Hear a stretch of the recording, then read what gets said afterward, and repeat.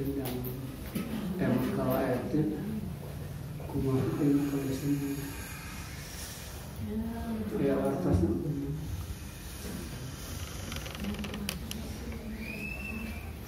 enggak majikan Fatihah kalau etik berkata Fatihah Al-Fatihah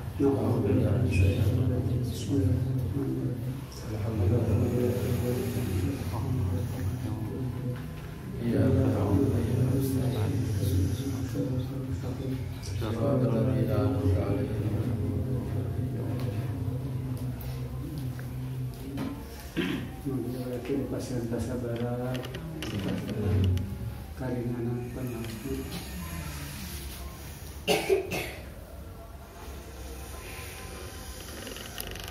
Insyaallah pada majangkeun judulna anjuran banyak mengingat mati. Tapi eta tos baralah patot sok bulan tos kapungkurapunten beuna eta. Ada kalian sampai langkung nampak.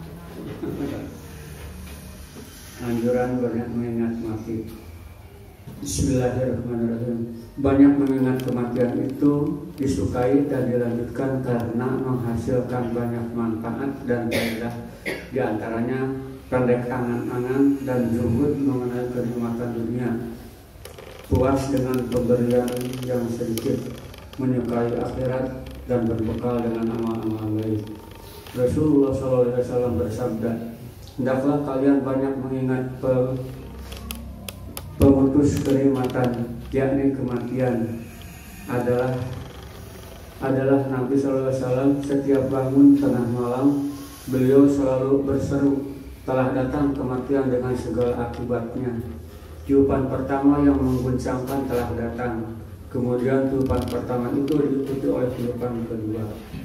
Ketika Nabi SAW ditanya tentang siapakah orang-orang yang cerdas itu, beliau menjawab, yang terbanyak mengingat kematian di antara mereka dan yang terbaik persiapannya di antara mereka untuk menghadapinya. Mereka itulah orang-orang yang cerdas. Mereka pergi membawa kemuliaan dunia dan kenikmatan akhirat. Itu dikatakan cerdas, yang banyak mengingat kematian dan banyak mempersiapkan untuk menghadapi kematian. Aku katakan, mengingat kematian bukan dengan hanya mengucapkan mati, mati, mati, karena cara itu sedikit manfaatnya, meskipun ia banyak melakukannya, tetapi harus direnungkan dalam hatinya dan menghadirkannya ketika mengingat kematian dengan lisan. Bagaimana keadaan di waktu mati, bagaimana pengertian dan sakaratnya serta penyaksiannya terhadap urusan-urusan akhirat. Merenungkan umurnya terasa tersisa, bagaimana kesudahannya. Merenungkan teman-teman sebayanya yang telah mendahulunya, bagaimana keadaan mereka di saat kematian.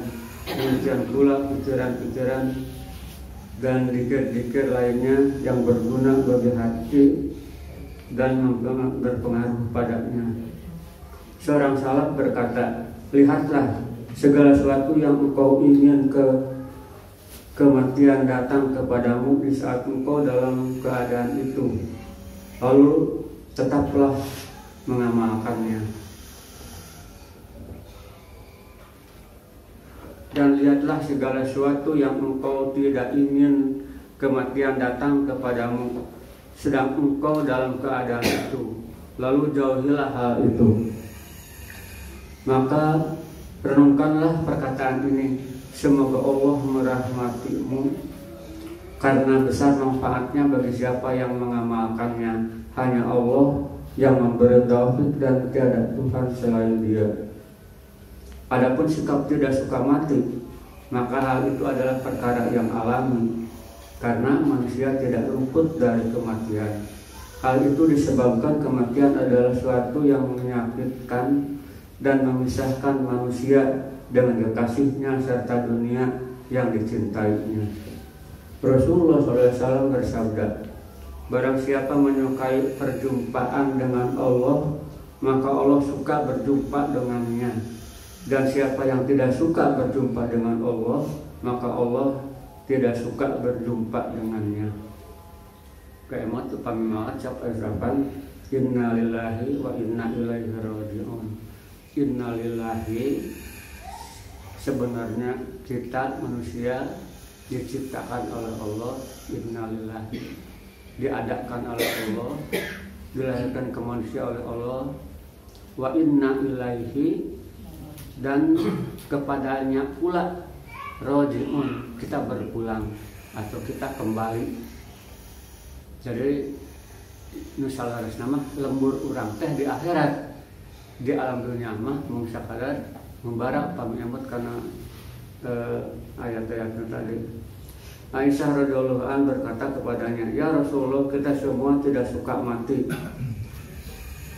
Nabi SAW menjawab, "Sesungguhnya orang mukmin itu apabila datang kematian kepadanya, dikabari akan mendapat rahmat Allah, maka ia suka berjumpa dengannya. Allah dan Allah suka berjumpa dengannya. Sesungguhnya orang kafir itu apabila datang kematian kepadanya, ia dikabari akan mendapat siksa hingga ia tidak suka berjumpa dengannya."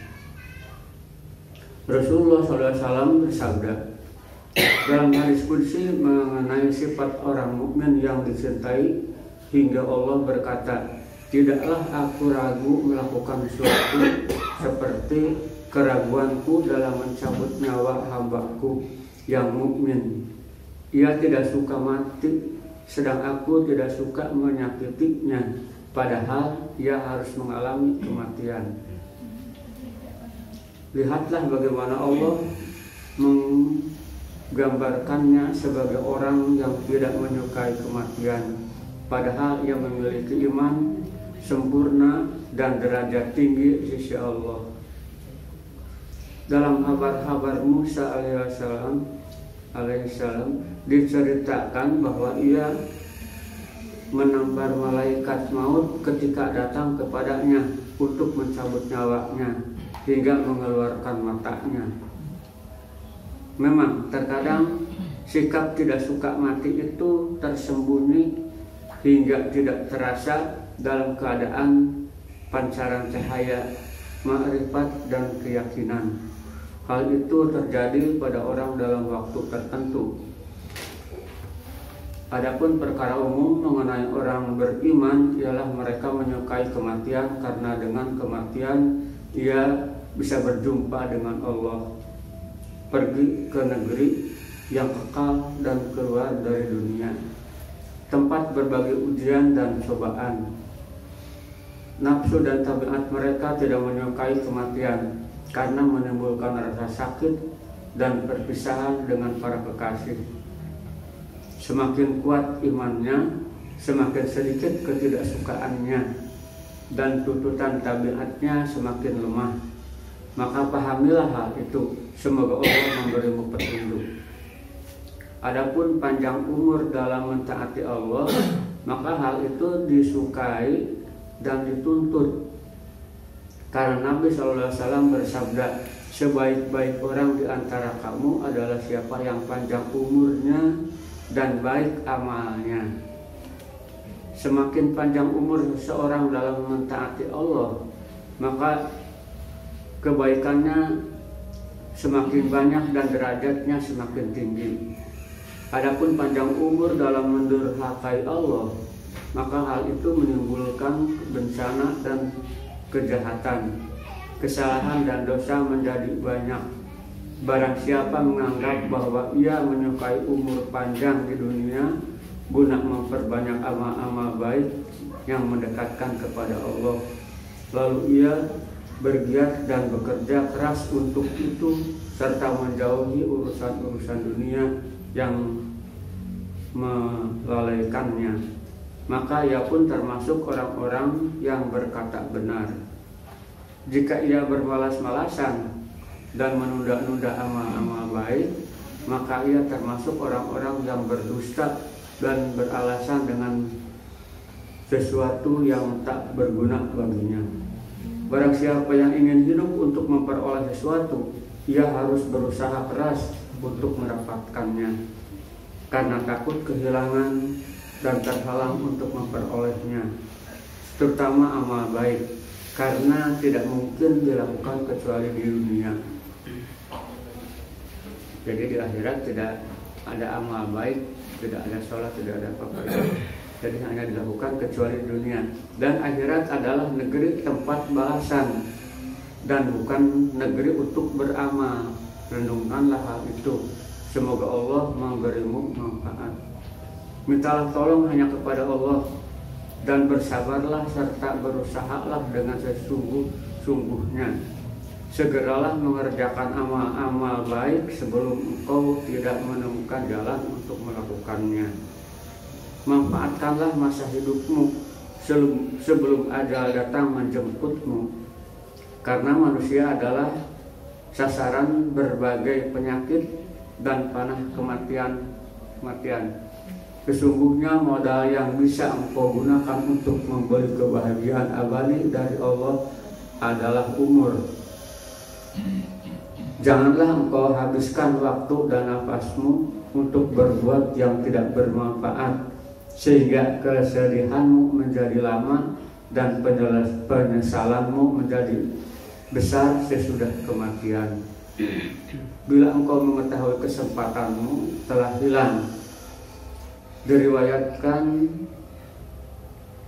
telah ditunjukkan kepada manusia di negeri akhirat bahwa waktu 24 jam di dunia berupa 24 lemari sebanyak saat-saatnya. Maka ia melihat saat dimana ia melakukan ketaatan kepada Allah ibarat almari yang penuh dengan cahaya, dan taat dimana ia mendurhakai Allah. Allah ibarat almari yang penuh dengan kegelapan, dan saat dimana ia tidak melakukan ketaatan maupun kedurhakaan adalah almari yang kosong, tidak berisi apa-apa, hingga menjadi besar penyesalannya. Itu apabila diibaratkan dengan buah lemari. Adapun almari yang gelap, seandainya ia dimatikan ketika memandang kepadanya sebagai akibat penyesalannya, tentulah ia telah mati. Akan tetapi tidak kematian di akhirat. Orang melakukan ketaatan kepada Allah, ia pun gembira selamanya di akhirat. Kegembiraannya terus bertambah setiap hari. Sedangkan orang yang mendurhakai Allah, ia pun merasakan kesusahan dan kesedihan yang tidak bisa dihilangkan. Kesusahan dan kesedihan terus bertambah tanpa kesudahan. Emot kami haruskan sing panjang umurna mimin tenangpi teh mimin sayang panjang umur lamun terbiasa dianggo ibadah sauna teh kanggo naon panjang umur bari ukur biasa nang karak bae teh ibadah.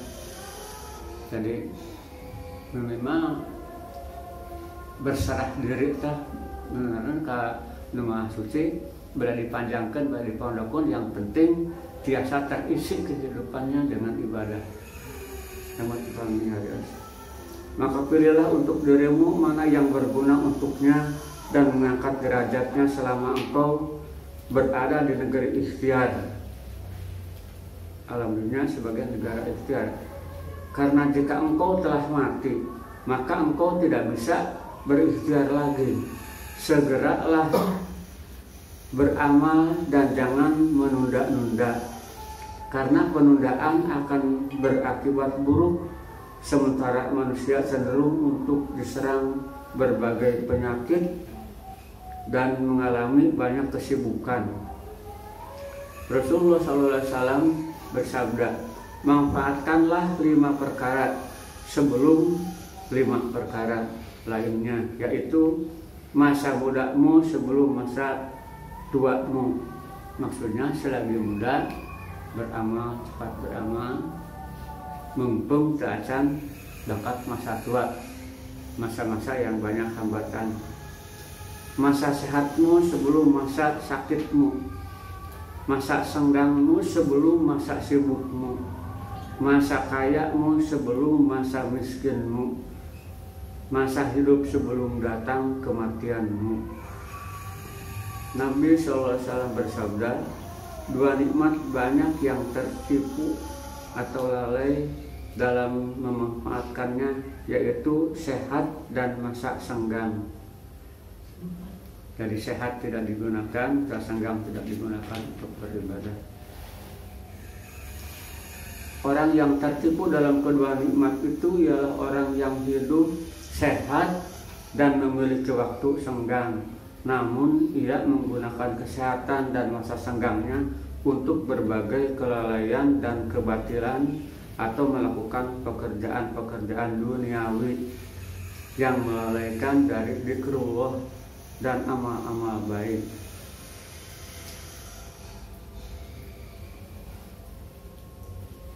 Jadi sekali itu tadi 5 perkara: selagi muda sebelum tua, selagi sehat sebelum sakit, selagi senggang sebelum sibuk, selagi kaya sebelum miskin, selagi hidup sebelum mati. 5 yang harus diingat oleh kita.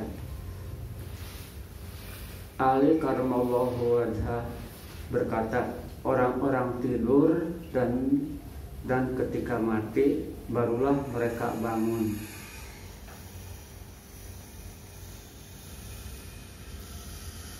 Allah Subhanahu wa taala berfirman, ingatlah hari yang di waktu itu Allah mengumpulkan kamu di hari pengumpulan untuk dihisab.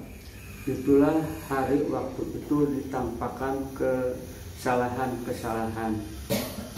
Jadi ada suatu hari makhluk manusia dikumpulkan dan Allah memperlihatkan kesalahan-kesalahan tiap orang. Nabi SAW bersabda, tidaklah penghuni surga menyesal kecuali atas sesuatu saat yang mereka lewati, namun mereka tidak menyebut nama Allah dalam saat itu. Jadi penghuni surga masih ayatkan yang penyesalan kecuali atas sesuatu saat yang mereka lewati, namun mereka tidak menyebut nama Allah.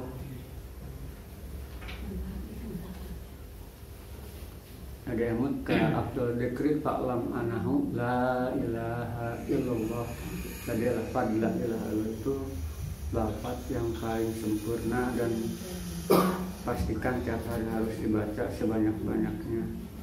Hal itu disebabkan mereka melihat kadar yang hilang dari kedekatan dan kenikmatan sebagai akibat kelalaian dalam saat itu. Adapun siapa yang menghabiskan masa sehat dan enggangnya dalam hal-hal yang merupakan maksiat menimbulkan murka Allah, maka ia pun rugi dibenci Allah dan bukan magbun. Yang dimaksud dengan magbun ialah orang yang menghabiskan kedua waktu itu dalam hal-hal yang sia-sia dan mubah.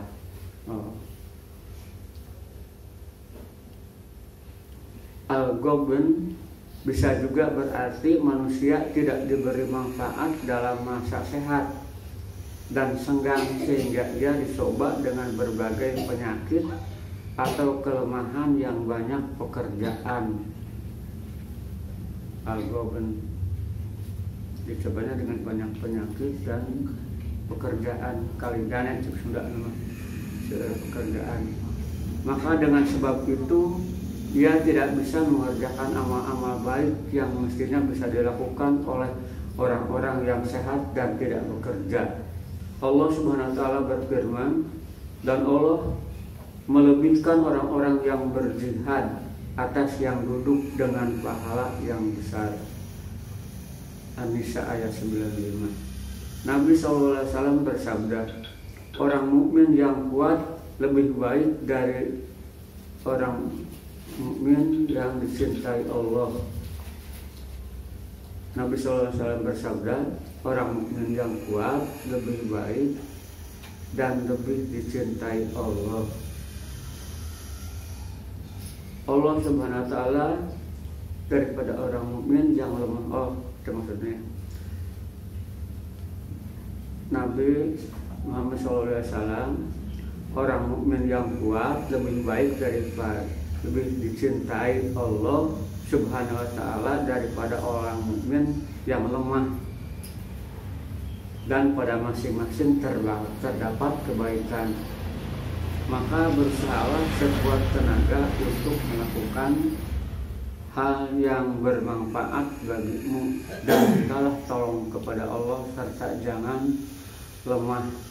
Jika engkau mengalami kesulitan, maka katakanlah Allah telah mentakdirkan dan Dia lakukan apa yang Dia kehendaki.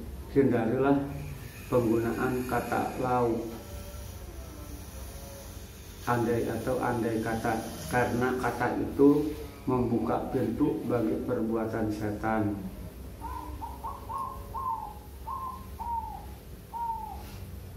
Aku katakan karena lau kebanyakan tidak diucapkan kecuali oleh orang-orang yang tak berdaya dan malas.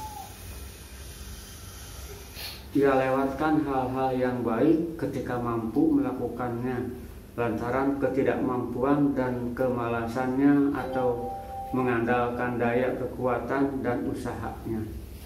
Ia mengira bisa selamat dengan kehati-hatian atau perhatiannya dari apa yang diputuskan Allah atasnya. Nabi sallallahu alaihi wasallam bersabda, tidaklah berguna kewaspadaan orang yang mencintai takdir. Dia dua di pesan tanda tanya mungkin pada keterangan. Yang ke satu, ia mengira bisa selamat dengan kehati-hatiannya atau perhatiannya dari apa yang diputuskan Allah atasnya. Lalu yang kedua, Nabi sallallahu alaihi wasallam bersabda, tidaklah berguna kewaspadaan orang yang menerima takdir. Renungkanlah dan pikirkanlah hal itu dengan seksama, karena mengandung makna yang agung dan di bawahnya terdapat pengetahuan yang banyak, dan kepada Allah segala urusan berakhir.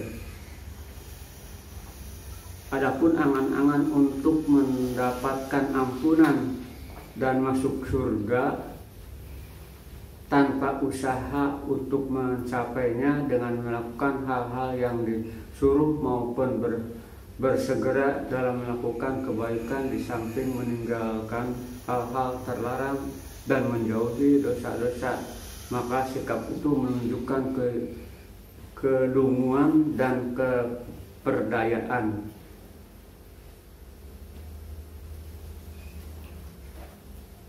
Di samping itu, sikap tersebut berarti mengikuti setan dengan menerima pemalsuan dan menyesatkan, serta penyiarannya terhadap kejahatan dan bentuk kebaikan. Allah Subhanahu wa taala berfirman, barang siapa yang menjadikan setan sebagai pelindung selain Allah, maka sungguhnya ia menderita kerugian yang nyata. An-Nisa ayat 119. Setan itu memberikan janji-janji kepada mereka dan membangkitkan angan-angan kosong pada mereka, padahal setan itu menjanjikan kepada mereka selain tipuan belaka. An-Nisa ayat 120. Barang siapa menyangka ketika ia berdosa namun tidak bertobat kepada Allah dengan tobat yang benar-benar bahwa Allah Subhanahu wa ta'ala akan mengampuninya, dan menyangka bahwa meskipun ia malas melakukan ketaatan dan menyibukkan diri dengan urusan-urusan dunia, Allah Subhanahu wa ta'ala akan memuliakannya dan mengangkat derajatnya di surga bersama orang-orang yang berbuat kebaikan. Maka ia pun merupakan orang yang berangan-angan, tertipu, tak berdaya dan lungu. Hal itu disebabkan Allah Subhanahu wa taala berfirman, dan hanya kepunyaan Allah apa yang ada di langit dan yang ada di bumi, supaya Dia memberi balasan kepada orang-orang yang berbuat jahat terhadap apa yang telah mereka kerjakan, dan memberi balasan kepada orang-orang yang berbuat baik dengan pahala yang lebih baik, yaitu surga. An-Najm ayat 31. Kemudian Allah menggambarkan orang-orang yang berbuat kebaikan dengan firman-Nya, yaitu orang yang menjauhi dosa-dosa besar dan perbuatan keji yang selain dari kesalahan-kesalahan kecil. Sesungguhnya Tuhanmu maha luas ampunannya. An-Najm ayat 32. Al-Lamam artinya dosa kecil yang nyaris tak dapat dihindari oleh hamba. Allah Subhanahu wa taala berfirman, patutkah kami menganggap orang-orang yang beriman dan mengerjakan amal yang baik sama dengan orang-orang yang berbuat kerusakan di muka bumi? Patutkah pula kami menganggap orang-orang yang bertakwa sama dengan orang-orang yang berbuat maksiat? Al-Quran As-Sad ayat 28. Yakni kami tidak menjadikannya mereka sama di sisi kami, baik di dunia maupun di akhirat. Sebagaimana Allah SWT berfirman, apakah orang-orang yang melakukan kejahatan itu menyangka bahwa kami akan menjadikan mereka seperti orang-orang yang beriman mengerjakan amal yang baik, yaitu sama antara kehidupan dan kematian mereka? Amat buruklah apa yang mereka sangka itu. Yang jelas tidak sama. Allah Subhanahu wa taala menyalahkan dugaan dan anggapan mereka bahwa mereka itu sama dengan orang yang berbuat baik di sisi Tuhan mereka. Allah Subhanahu wa taala telah menggambarkan para malaikat dan nabi-Nya sebagai hamba-hamba-Nya yang beriman dalam kitabnya dengan amal-amal baik, yaitu mereka selalu mengerjakannya dan segera melakukannya disertai rasa takut dan cemas. Maka Allah SWT berfirman mengenai para malaikat, sebenarnya malaikat-malaikat itu adalah hamba-hamba yang dimuliakan. Mereka itu tidak mendahuluinya dengan perkataan, dan mereka mengerjakan perintah-perintahnya. Allah mengetahui segala sesuatu yang di hadapan mereka, malaikat dan yang di belakang mereka, dan mereka tidak memberi syafaat melainkan kepada orang-orang yang diridhoi Allah, dan mereka itu selalu berhati-hati karena takut kepadanya. Allah Subhanahu wa taala berfirman mengenai para nabi, orang-orang yang mereka seru itu mereka sendiri mencari jalan kepada Tuhan mereka. Siapa di antara mereka yang lebih dekat kepada Allah dan mengharapkan rahmat-Nya dan takut akan siksa-Nya?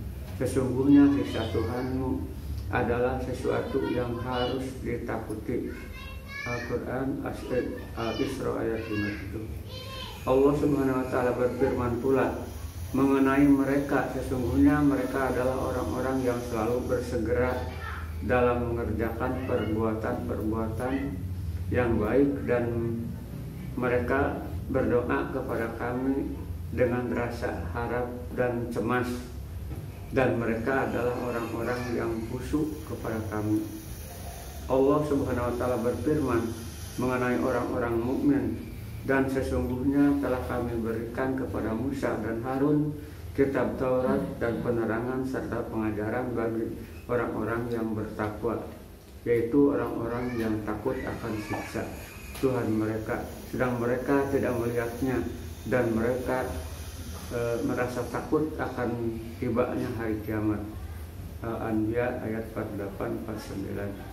Dan Allah SWT berfirman pula mengenai mereka, sesungguhnya orang-orang yang berhati-hati karena takut akan siksa Tuhan mereka, dan orang-orang yang beriman dengan ayat-ayat Tuhan mereka, dan orang-orang yang takut karena mereka tahu bahwa sesungguhnya mereka akan kembali kepada Tuhan mereka.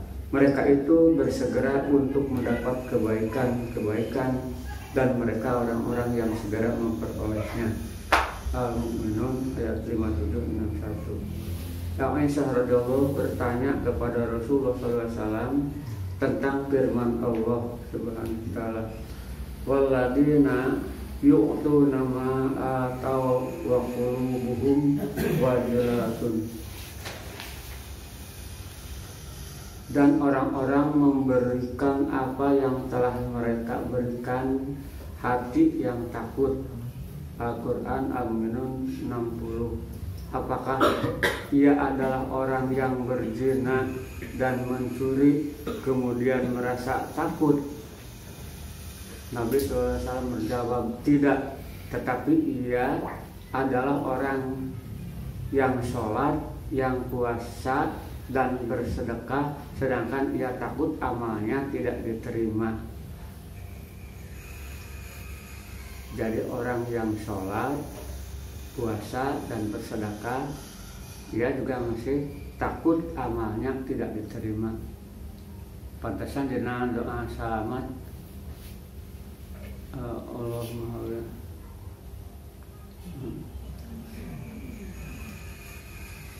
dina doa selamat nomor pertama. Kadang-kadang kaemot kok tina Islam, tina agama dikhawatirkan, ditakutkan gitu teh. Allah menangka salamatan fidin wa afiatan fil jasadi.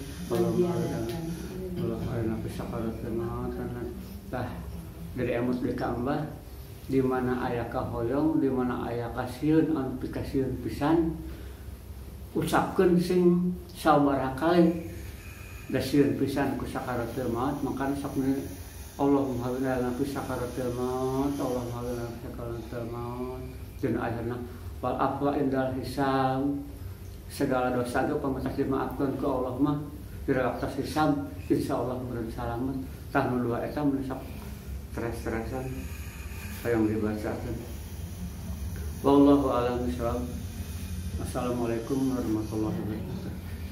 Manisah kita ngapureun mungkin dilareskan anu lopatna anu lesna eta ayana cenah kitab.